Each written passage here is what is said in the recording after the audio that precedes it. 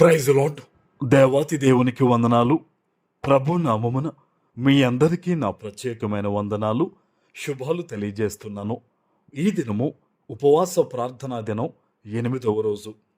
ఈ దినము కొరకు ఏర్పాటు చేయబడిన దేవుని వాగ్దానము మలాకీ గ్రంథము 3వ అధ్యాయము 10వ వచనము.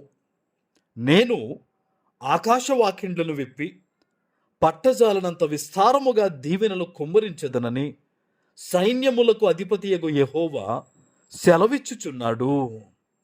దేవుని నామానికి మహిమ కలుగునుగాక.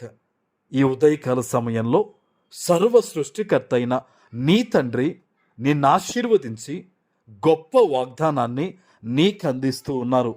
హల్లెలూయా. ఆయన అంటున్నారు, ఆకాశవాకిండ్లను విప్పి పట్టరానంత విస్తారమైన దీవెనలు నీ మీద ఆయన కుమ్మరిస్తారట. హల్లెలూయా. బహుశా ఈరోజు కొంతమంది ఎలా ఆలోచిస్తారంటే, ఆకాశం ఎలా తెరవబడుతుంది, ఆకాశం తెరిచి దేవుడు దీవెనలు కుమ్మరించడం ఏంటి అని కొంతమంది అనుమానంతో ఉంటారు. ఏమండి, ఆనాడు తన బిడ్డల్ని పోషించడానికి మన్నాను దేవుడు ఎక్కడి నుంచి కుమ్మరించాడు?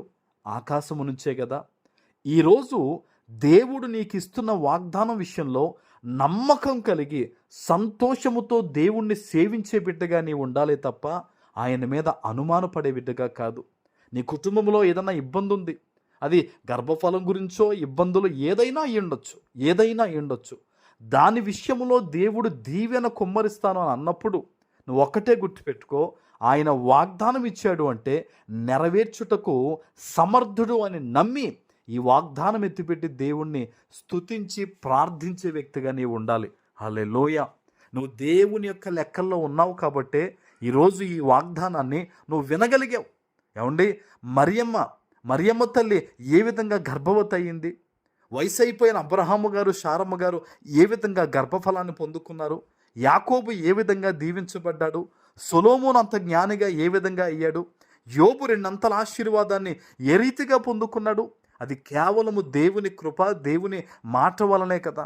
ఈరోజు ఈ వాగ్దానాన్ని వింటున్న నీతో ఆత్మీయ తండ్రిగా ఉపవాసం ఉండి తెలియజేస్తూ ఉన్నాను, గుర్తుపెట్టుకో, నా ప్రభు నీ స్థితిగతులను చూశాడు గనక విస్తారమైన దీవెనలు ఆయన నీకు ఇవ్వబోతూ ఉన్నారు. ఆమేన్. నమ్మకం ఉంచు దేవుని మీద. ప్రస్తుత పరిస్థితులు ఎలా గడుస్తున్నా సరే నువ్వు దేవుని మీద నమ్మకం ఉంచి ప్రార్థన చేయి. ఎందుకంటే నా ప్రభు ఏమని చెప్తున్నాడో తెలుసా? విస్తారమైన దీవెనలు కుమ్మరించదనని. విస్తారమైన దీవెనలు కుమ్మరిస్తారట. నువ్వు అడుగుతున్న ప్రభు, ఇది కొంచెం చేసి పెట్టిన ఆయన, ఇలా కొంచెం జరిగించిన ఆయన, అది కొంచెం అలా నడిపించిన ఆయన నువ్వు అనుకుంటున్నావు, కానీ నా ప్రభు నీకు నిండుగా ఇవ్వబోతున్నాడు ఆశీర్వాదాలు. హల్లెలూయా. నువ్వు ఆయన చిత్తానుసారంగా జీవించడానికి సిద్ధమేనా? నువ్వు ఆయన మీద ఆధారపడి బ్రతకడానికి సిద్ధమేనా? ఏవున్నా ఏవి లేకపోయినా యోబు వలె ఆయనను మాత్రం విడిచిపెట్టుకోకుండా ప్రార్థించడానికి నువ్వు సిద్ధమేనా? ఈరోజు దేవుడు నీతోనే మాట్లాడుతున్నారు. నువ్వేమాత్రం భయపడొద్దు, ఆయన మీద ఆధారపడంతే.